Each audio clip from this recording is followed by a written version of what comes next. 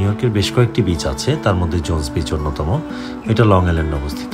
Jones beach খুবই পরিষ্কার পরিচ্ছন্ন এবং স্পেশাস পার্কিং আছে এখানে। আমরা এর আগে অনেকগুলো বিচে গিয়েছিলাম, কিন্তু জোন্স বিচে যাওয়া হয়নি, এটাই প্রথম।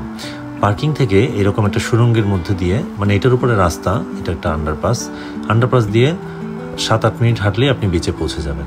বিচে যাওয়ার পথে আপনি দেখবেন এরকম নানা রকমের অ্যাক্টিভিটিস, সুন্দর সাজানো গোছানো ফুলের বাগান, দুপাশে শুধু চোখ জোড়ানো সবুজের সমারোহ, রাশি রাশি ফুল ফুটে রয়েছে এবং এগুলো দেখে মনটা বিমোহিত হয়ে যায়।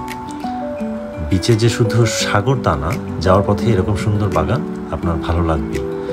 কিছু তো যাওয়ার পরে আপনি দেখবেন এরকম র্যাম্প আছে এবং সিঁড়ি আছে, এবং কিছুক্ষণের মধ্যে আপনি বিচে পৌঁছে যাবেন। বিচটা খুব একটা বেশি বড় না, দৈর্ঘ্যও কম প্রস্থেও কম, তবে ওভারঅল ভালো।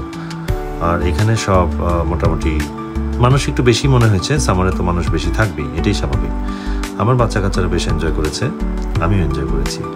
আসলে গরমের মধ্যে বিচে না গেলে ভালো লাগে না। এই বিচের পানিটা, এখানকার সাগরের পানিটা একটু ঠান্ডা, তারপরেও আপনার গরমের সময় গেলে ভালো লাগবে, কিন্তু যখন একটু ঠান্ডা পড়া শুরু করবে তারপরে আর ভালো লাগবে।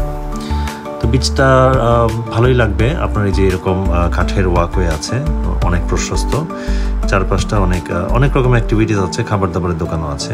আপনারা চাইলে আইসক্রিম, পিৎজা এবং অন্যান্য আইটেম খেতে পারেন।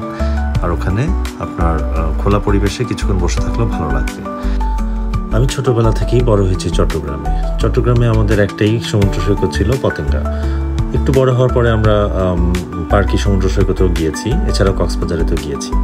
সেই কক্সবাজারও নেই, সেই পতেঙ্গাও নেই, সেই পার্কিও নেই, কিন্তু এখানে অনেক বিচ আছে।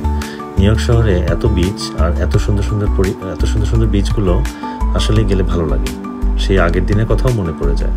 সবাইকে অশেষ ধন্যবাদ ভিডিওটি দেখার জন্য।